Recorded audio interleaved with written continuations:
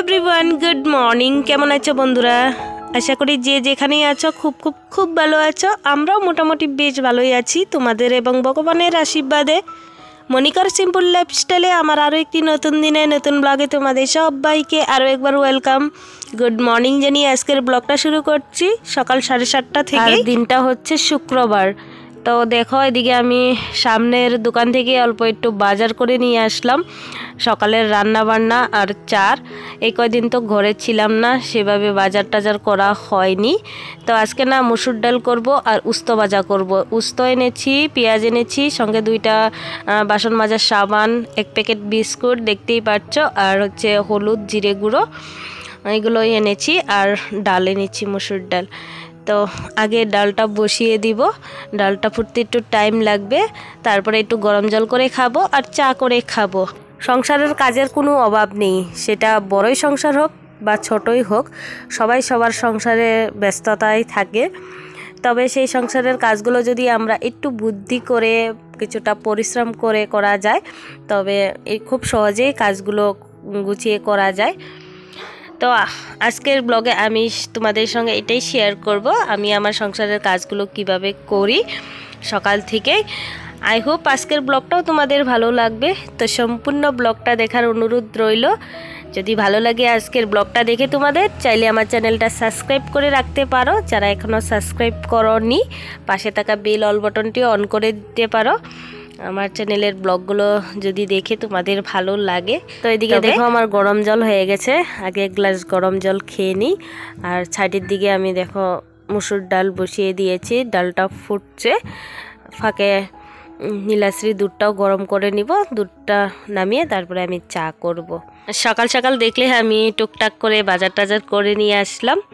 মাঝে মধ্যে এরকম আমি টুকটাক করে বাজার টাজার করে সংসারটা চালানোর চেষ্টা করি। সব সময় তো আর হাজবেন্ডের মুখের দিকে চেয়ে থাকলে চলে না, মাঝে মধ্যে নিজেরও কিছুটা করতে হয় সংসারের জন্য।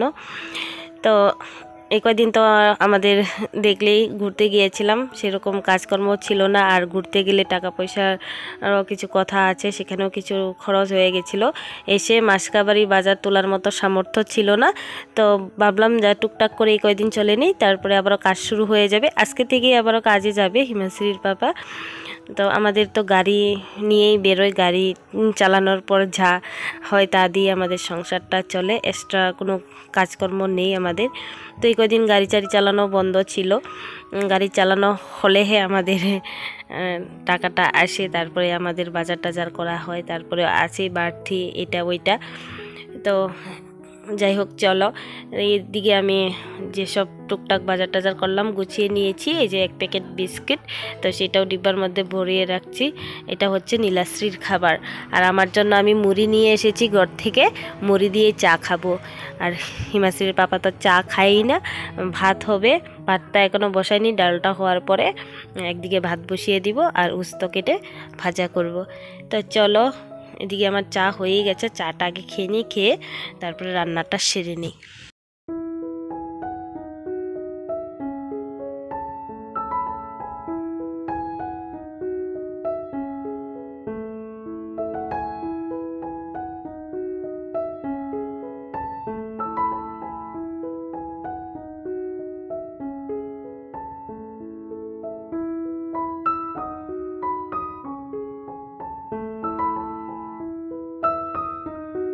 দুধটা গরম বসিয়ে দিয়ে নীলাশ্রীকে আগে ব্রাশ করিয়েছি।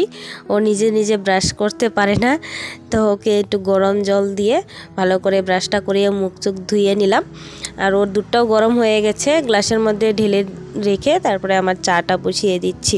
ওকে একটু খাইয়ে দিব গরম গরম দুধ, ওর পায়খানাটা অনেকটাই টাইট হয়ে গেছে। তো চলো আমি চাটা করে নিই। আর আজকে না চাটা আমি বাতাসা দিয়ে করছি, দেখতেই পাচ্ছ। বড় একটা ডিব্বা থেকে বাতাসা বার করে চার মধ্যে দিয়ে দিয়েছি। এগুলো ওই যে কীর্তনে গিয়েছিলাম, সেখানে লুট দেওয়া হয়েছিল, সেখান থেকে ধরে এই যে বাতাসাগুলি নিয়ে এসেছিলাম। আর বাতাসা দিয়ে চা খেলে অনেকটাই অন্যরকম লাগে চিনির থেকে। আজকে বুঝতে পেরেছি চা খাওয়ার পরে যে বাতাসা দিয়ে চা খেলে একটা অন্যরকম টেস্ট হয়। যাই হোক, চলো এদিকে আমার চা হয়ে গেছে। আর একটু মুড়ি নিয়ে নিয়েছি, তার মধ্যে একটু তেল দিব, দিয়ে আগে চাটা খাবো, তারপরে রান্না বান্না করব, শেষ করব আর কি। ডাল তো বসিয়েই দিয়েছি।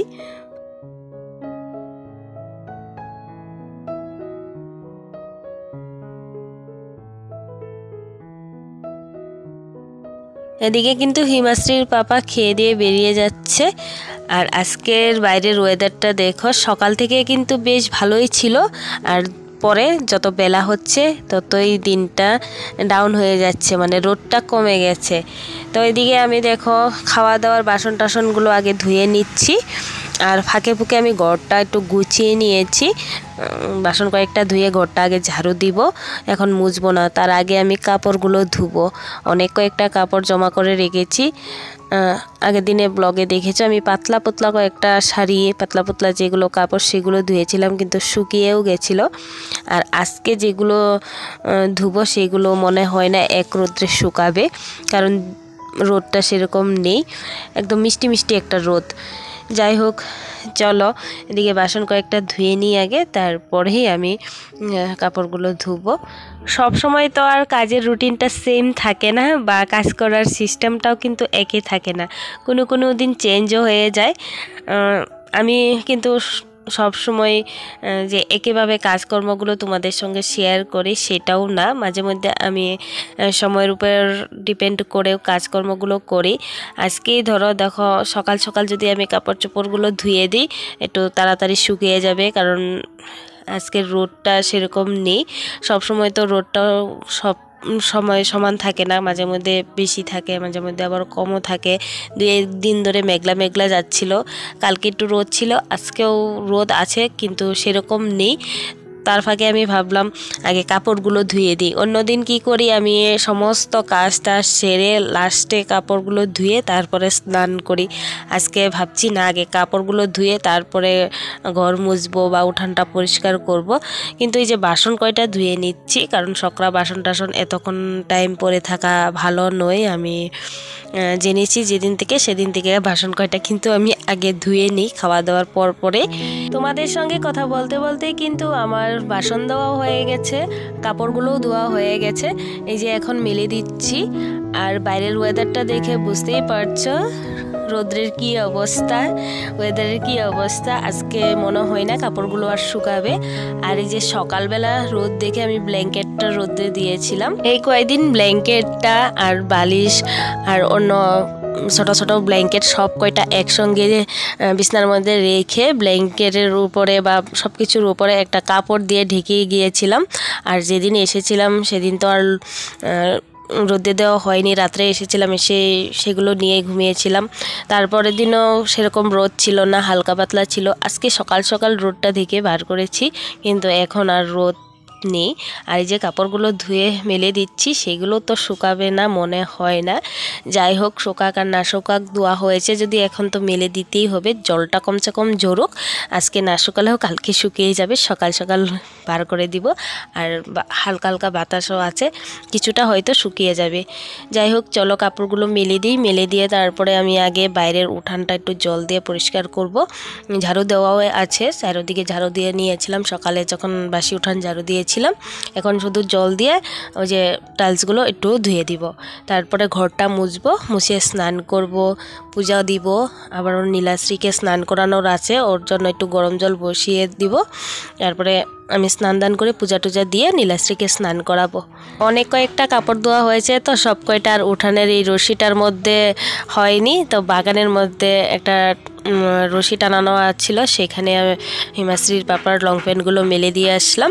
আর এদিকে দেখো আমার ছোট মহারানী টিভি দেখছে, আর বিছনার কাপড়ের কোনো অবস্থা নেই, তো গড়াগড়ি করছিল, টিভি দেখছিল। তো বিছনার চাদরটা একটু ঝেড়ে আবারও পেতে দিয়ে, আর বিছনার চাদরটা আর 2টা তুলে রেখেছি, সেগুলো আর ধুইনি, কারণ জাগা হবে না মেলার। যদি কালকের দিন, আগামীকালকে যদি রোদ থাকে পরের দিন ধুয়ে দিব, আর যদি না থাকে এইভাবেই থাকতে হবে। আর কি করব, ধুয়ে গন্ধ বেরোনোর থেকে না ধোয়াই ভালো। তো যাই হোক, চলো বিছনা চাদরটা ভালো করে গুজে দিয়ে তারপরে আমি ঘরটা মুছে নিই।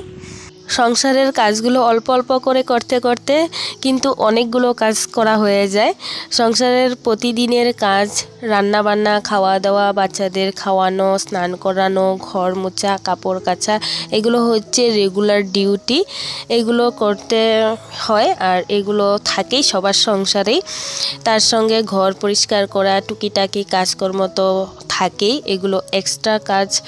তবে এই কাজগুলো যদি আমরা একটু পাট পাট করে করি একটার পর একটা, তো দেখবে সেই কাজগুলো টাইমের মধ্যেও হয়ে যায়।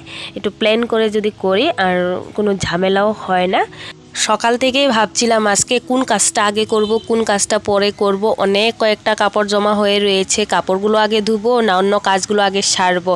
তারপরে বসে একটা প্ল্যান করে যে না, আগে এই কাজটা আগে করব, তারপরে কাপড়গুলো ধুবো, তারপরে এটা ওইটা করব। তো যেভাবে প্ল্যান করেছিলাম সেই প্ল্যান অনুযায়ী সমস্ত কাজ আমার টাইমের মধ্যেও হয়ে গেছে। এখন বেজে গেছে প্রায় 11:30। এই যে ঘরটা মুছছি, ঘরটা মুছতে মুছতে আমার 12টা বেজে যাবে। 2টা রুম আছে, বারান্দা আছে, তারপরে স্নান করব, পূজা দেব। তো এটাই একটু প্ল্যান করে কাজগুলো করলে স্টেপ বাই স্টেপ একটু সময়ের মধ্যেও হয়ে যায় আর কোনো ঝামেলাও হয় না। ডেলি ব্লগ ভিডিওতে আমরা অনেক কিছুই শেয়ার করি, আমাদের সংসারের যাবতীয় কাজকর্ম এগুলো। সেগুলোর মধ্যে আবারও অনেক কিছু আমরা অফ ক্যামেরাও করে নিই, আবারও কিছু ক্যামেরা বন্দি করি, তোমাদের সঙ্গে শেয়ার করি। আমাদের মতন গৃহিণীদের সংসারের কাজের কোনো শেষ নেই। সেই সকালে ঘুম থেকে ওঠার পর শুরু, রাত ঘুমানোর আগ পর্যন্ত কিন্তু কাজের কোনো শেষ নেই, কাজ করে যেতেই হয়।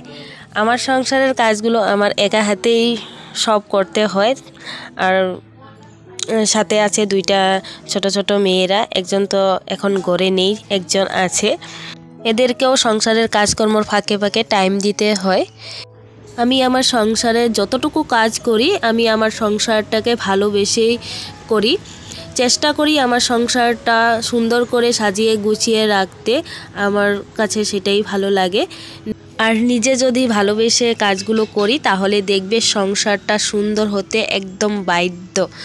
আমার ভালো লাগার থেকেই আমি কাজগুলো করি, কেউ বলে কয়ে দেয় না। আমার সংসারের কাজ আমি নিজে করতেই বেশি পছন্দ করি। আমার ডেইলি লাইফ থেকেই আমার ছোট্ট সংসারটাকে গুছিয়ে যত্ন করে তোমাদের সাথে এগুলোই শেয়ার করি। তোমরা যদি আমার পাশে থাকো তো আমি সব সময় চেষ্টা করব সুন্দর সুন্দর ভিডিও শেয়ার করার তোমাদের সঙ্গে। আমাকে একটু সাপোর্ট করো সবাই। এই পর্যন্ত যদি আমার ভিডিওটা দেখে থাকো, যদি ভালো লাগে সাবস্ক্রাইব করে একটু কমেন্ট করে জানিও, আর একটা লাইক শেয়ার করে তোমাদের মতামতটাও জানিও। সকালবেলাটা যদি আমরা একটু এনার্জির সাথে কাজগুলো শুরু করি তাহলে কাজগুলো কমপ্লিট করার জন্য সংসারের কাজগুলো কোনো কঠিন বলে মনে হয় না। এটা কিন্তু সম্পূর্ণটা আমাদের নিজের উপর ডিপেন্ড করে, আমরা সেটা কিভাবে নেব সেটা কিন্তু সেইভাবেই আমাদের কাছে লাগবে। যাই হোক বন্ধুরা, এই যে দেখো আমার 2টা রুমে মোছা হয়ে গেছে। এখন স্নানে যাব, স্নান করে নীলাশ্রীকেও স্নান করিয়ে পূজা টুজা দিয়ে একসঙ্গে বসে খাবো। তো সকালবেলা তো রান্নাবান্না হয়েই গেছিলো, দেখলেই মুসুরির ডাল আর উস্ত ভাজা করেছিলাম। মুসুরির ডাল দিয়ে নীলাশ্রীকে খাইয়ে নিব, আর আমি উস্ত ভাজা আর ডাল দিয়ে খাবো। আর দিদি একটুখানি তরকারি দিয়েছে ছোটো মাছের, সেই দিয়ে খাবো। তো চলো আজকের মতো টাটা।